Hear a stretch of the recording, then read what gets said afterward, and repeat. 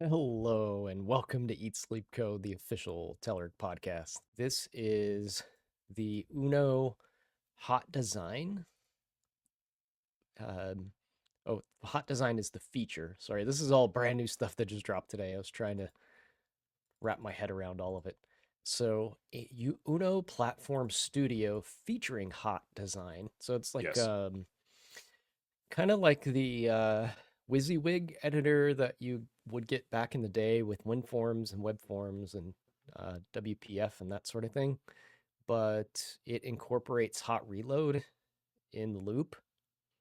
So you've got the ability to just jump right in an application that's live running and drag and drop WYSIWYG edit it, and it hot reloads in the process. Yeah, it's mostly for your developers when they're designing user interfaces to see those changes, which is a hot reload capability that you described, and you can see those updates in real time across multiple platforms, which is really the strength of Uno. Mm-hmm. That's your web, mobile, and desktop platforms that you're targeting, and so you get this sort of seamless design to development workflow, and gets you immediate feedback and means you can tweak things really quickly. It helps your productivity overall. This is something that I, for a long time, said couldn't be done, and they've done it. So hats off to them. Like, I used these things back in the day, and they kind of fell out of popularity because they're hard to upkeep. Sure. And, hot reload and all of that was the, replacement for it. And they've hit the nail on the head, it looks like. They've gotten the difficult bits out of the way and figured out how to do all of this in real time. This is just phenomenal. We got an article by GitHub, how developers spend the time they save thanks to AI coding tools. This is an interesting Yeah. title here. What's going on, John? What are we Well, doing? Making yeah, coffee? like that's right. Like a lot of folks, they. I think for the folks who have been using AI, there you see one of two camps. You see the folks who have used it and they're like, "Yeah, this isn't for me." Um, but that camp is becoming smaller and smaller, and I think that there's a lot of folks there that are using AI now, for a lot of the improvements you get around your productivity. So the top level ones, or the gist of this article, talks about the core tenets around some of the improvements you'll see when using AI in your development workflow. So less time debugging, more time planning, less time working on docs, more time working together, less time searching, and more time learning and experimenting. So those are the three sort of themes of this article, and it's underpinned by a whole bunch of surveys, quotes from folks, etc. So GitHub is basically trying to tout, obviously, Copilot for its customers, obviously. But I think the thing that's really interesting here is that these tools are getting better and better, and the models are getting more and more robust. And the code that's being generated, the ability for you to do your job in a different manner you're moving up the stack, so to speak, and letting these LLMs do their job in terms of generating code, etc.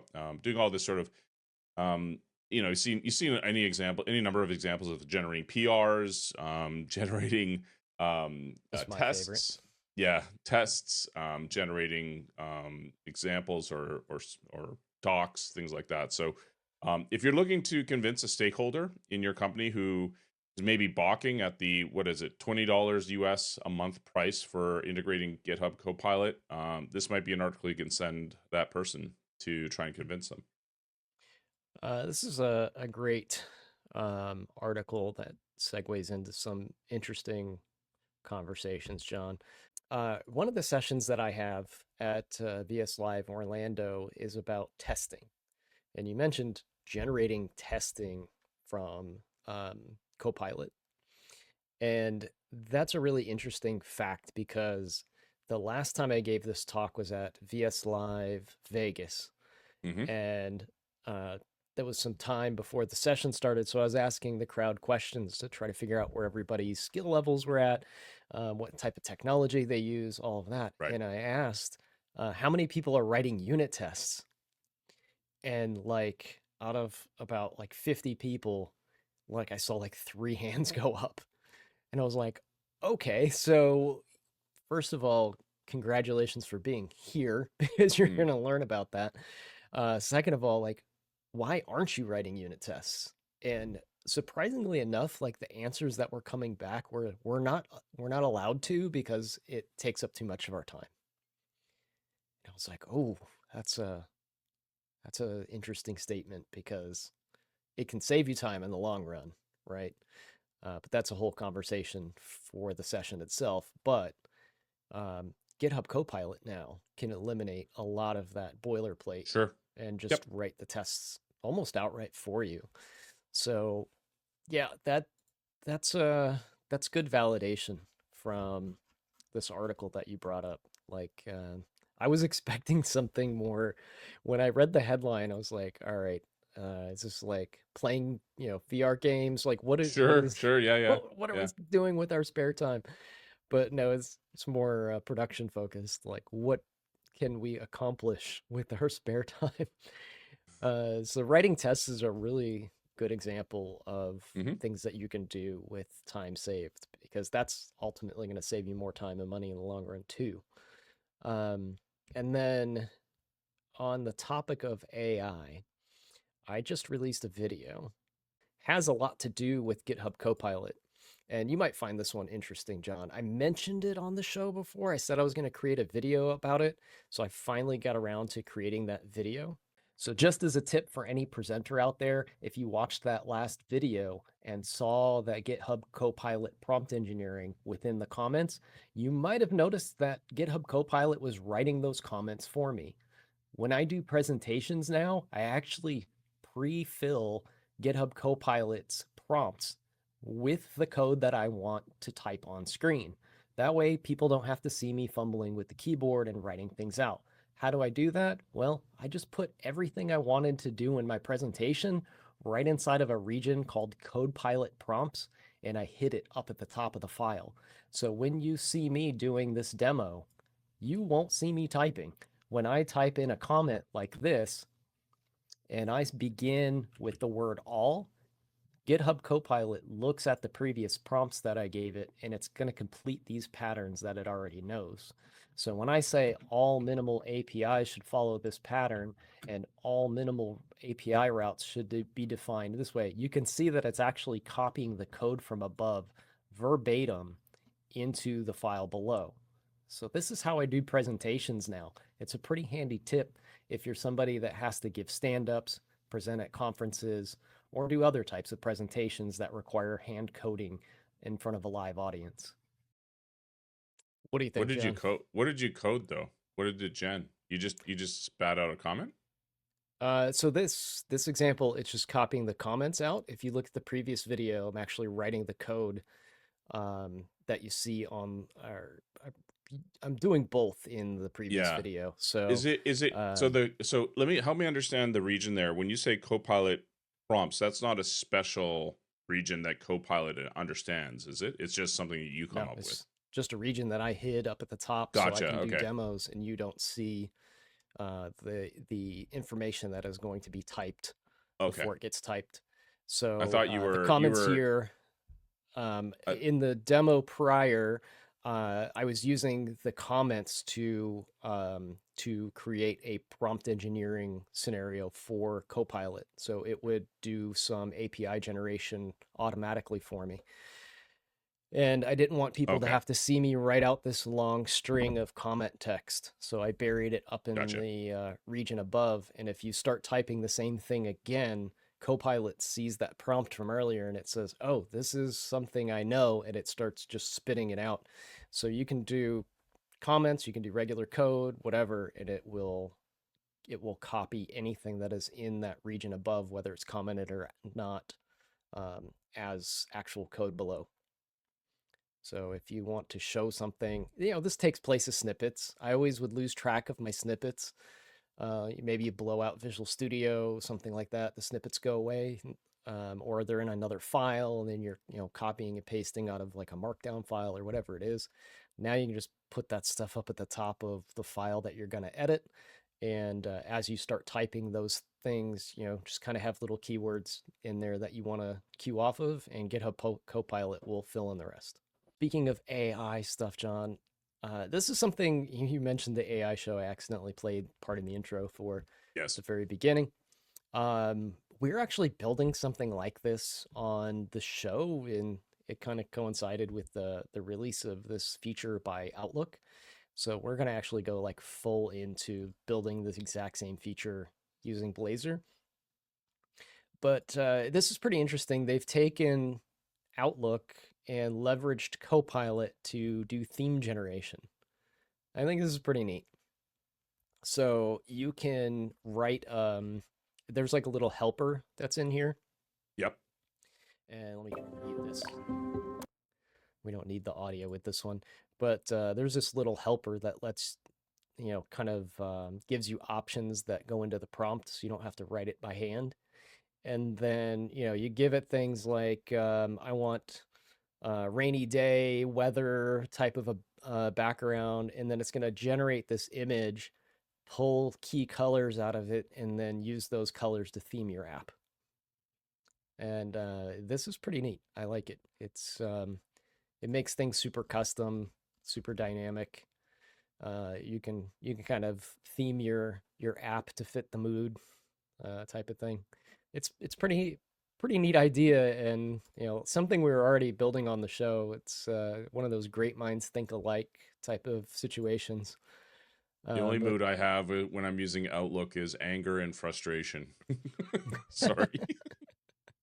that could be reflected in this too. I'm Yes. sure you could Give me prompt my it for email. anger and frustration it is, and then everything turns dark and red and Yes. flames around it, Oh, just be permanent. I don't need to change themes at that point. like uh the Pixar movie. You just have Mm. like the different personalities. Just Yes. I love No, that that guy was Lewis my Black spirit animal. was the voice of that, by the way. No, Mm. but this is a fun idea. We're taking this and running with it on Fridays now. So we Nice. were doing a demo so far where you upload an image, it goes off to a service that analyzes the image and gives you back colors from the image to theme the app. We're going to be adding the AI prompt generation of the image as well to like come full circle and add this to the app. So you'll be able to do that with your Blazor apps and your Telerik components and all that good stuff. .NET 9 has been released. We've been beating this drum on the show for a while. Yeah, so Any surprises or anything you wanted no, to no, no, no. mention? Just congrats to the team. Like this has been obviously in the works for a long time. We've been talking about all the alphas and betas and RCs that have been coming along the way. Mm-hmm. As we all know, in the Microsoft camp, the third version is always any multiple of three is always the version you want to adopt. So, yeah, this is I guess the version of by that logic. .NET 9 is the version you want to adopt. So, go have at her. Download the installers, get them on your machines. Start building out apps with .NET 9. Lots of great improvements to .NET 9. As always, better performance. But obviously all the frameworks and libraries that are built around it. .NET Aspire is obviously being pushed in a very big way. But yeah, .NET 9 definitely something not to ignore. Yeah, that memory footprint is impressive. Like the minimal API memory footprint is like nothing now. Um, I think it was Scott Hanselman was saying that he got an alert from Azure because his bill went down. He's like, I didn't expect to get an alert that it actually dropped. He's like, usually when you get those alerts, it means something's wrong or Yeah, your heart's in your there's chest. more money like being spent. Yeah, And stomach. this Yeah, was, yeah, your wallet starts to scramble a little bit.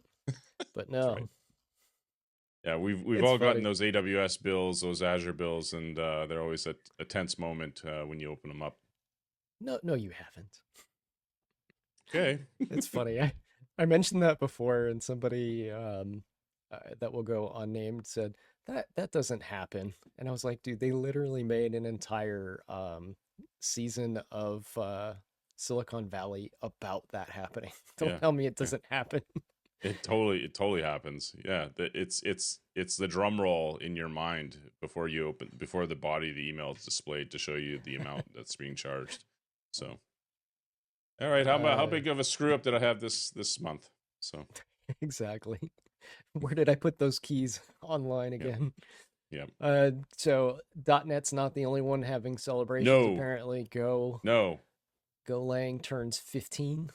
Yeah, shout out to the Go team. Obviously, they've been working hard on Go. We've had a couple of releases already this year. It's been great to see. But yeah, 15 years. Who would have thought that we'd be?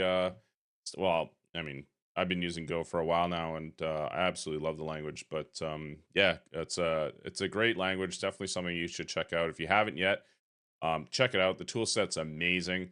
But like I said, we've had a couple of releases already this year. We've had Go 122 and 123 this year, and they added all kinds of capabilities to the language. We've got, again, library support. It's really the bulk of the work is done in the libraries and the Mm-hmm. tooling. But yeah, that's kind of where we're at. And so this is just a summary article to give props to the team and a thank you to the team for working so hard on Go. Um, obviously based on, depending on who you ask, if you're going by measures of like the Octoverse or other surveys that are out there, Go, is a kind of a dark horse when it comes to, adoption amongst developers. Not Python or JavaScript, I guess, but, it doesn't have to be. I mean, Go does its job really, really well. And it's best suited for, back end, CLI, processing, things like that. Really, really good in those spaces. May lack in some capabilities like .NET has. Web frameworks come to mind. .NET Aspire obviously is something like that. There are frameworks there, but it's kind of lacking in terms of that. But if you're doing system level programming, um, if you're doing anything in the back end, Go's a good candidate, as is Rust. Mm-hmm. So yeah, congrats to the Go team. Yeah, I mean, it's okay to have dedicated tools for things. Uh, Sure. like, you know, .NET just happened to grow into this monstrous platform that does kind of Yep. everything. Yep. But having, Go for like CLI tools or something like that that needed Sure. a dedicated uh, framework and Yep. tooling and stuff like that's And there's perfectly there's lots of very successful like. products and businesses built on top of Go. So HashiCorp comes to mind, Kubernetes Hmm. comes to mind. I There's the think folks who do Charm, the CLI tooling set. I want to So say the yeah, lots of SAS stuff. compiler is written on Go now. Which one? Which SaaS compiler? Like Saslang, like the CSS compiler. Oh, okay. That one, if I'm not mistaken, is gone to Go Okay. as well. Interesting. I could be wrong on that one. I know they rewrote it was JavaScript and then they moved it over to something else. Here we go. It's time. Oh, I hit the wrong button. That's not the bumper. That's the banner. There we There you go. go. Can it play There you Doom, go. John? This is our segment of can something play Doom? And Jeez. this is an interesting take of can it play The Doom? Photos app? Seriously? So somebody hijacked the Photos app in iOS and Okay. used it to make an interactive Doom experience. I wouldn't call it Weird. Can you playing can you Doom. show the video? I want to see how this works. Yes, I yes, haven't. absolutely. Do this. Okay, so you Booting up load Doom. photos. Okay, it's playing some. Oh, it's playing the music in the background as you're playing it.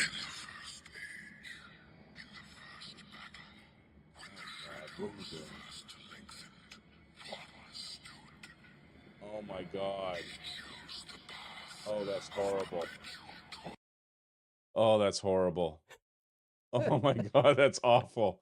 That's like It's really that's like bad. turn by turn, sort of thing. Ugh, gross. Yeah. Why? So, Why? Turn it off, Ed. Turn it well, off. you want to Yeah, know why? exactly. Here's Why? why. Exactly. First I've been trying question. to Why? embed a game in the iOS walled garden for almost a year now. I like putting games in weird places, especially a lockdown ecosystem. Makes it a fun target. So it's not a condition of should we, but can we? That's my commentary. Yes, it's the Um, Jurassic Park reference there. yeah. So he goes through different versions of what he tried and failed with, Oh God. and yeah, there there's a lot of Ugh. interesting stuff in here. But Ugh. part of this was like getting, I guess, the images generated and Yeah, yeah, yeah. then was creating GIFs, and then he ended up creating movie files out of it, Yeah. and then got it to where it would play via scripts of the Mm. interface that you saw Wow, of that was really clunky. It was moving. turn by turn. Yeah, So he must be sending web requests to a server and then serving. He must be like, I'm imagining he's probably doing a gen of the screenshot, because each one of those are a yeah, URL. I think those are web requests that he's sending to a server, because he said earlier up in the article that um you can actually send URLs somewhere. yeah, yeah. And there's some generation of like actual video too This is to awful. make it I love animate. it. It's This is very, like very hacky and this is very like cool. shag carpet. It's just it's awful, but you can't look away. That's good stuff, man. Gotta have the Doom in the Ugh, I photo gotta have a app. shower now. That's terrible. It's definitely a dirty hack, but somebody's got to do it, Yep. and did it, and Give me a on segue. iOS. Speaking of terrible. Yeah, Kidding, right. kidding, I'm kidding.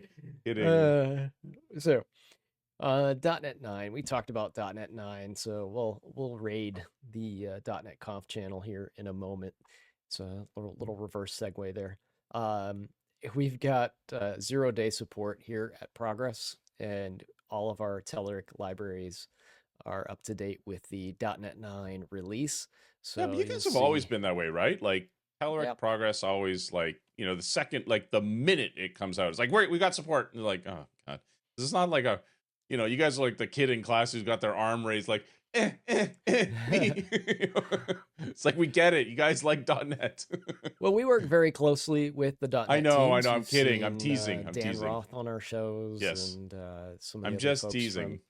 .NET Land, and we talk to them on a regular basis and make sure that Yes, the things that they're building don't break our things, and yes. we're That's always a good thing. funneling feedback to them on a regular basis to let them know if because if we see a breaking change that they didn't expect, then likely a customer that may or may not be using our components will see a similar breaking change. So we're a good canary for them. That's a good way to put it. So chances are, something's broken for us, it might break somewhere else. So we do that type of feedback with them, and then of course we're always on the release candidate bits, making sure that our stuff is working, and if there's a feature that benefits our component libraries, then we jump on board that and take advantage of it so folks can use that on day 0. Nice. So there lots of updates across the board for all the .NET stuff, and we are compatible. So if you want to update your Blazor bits or Maui stuff, we are right there with the .NET 9 release. Take care, everybody.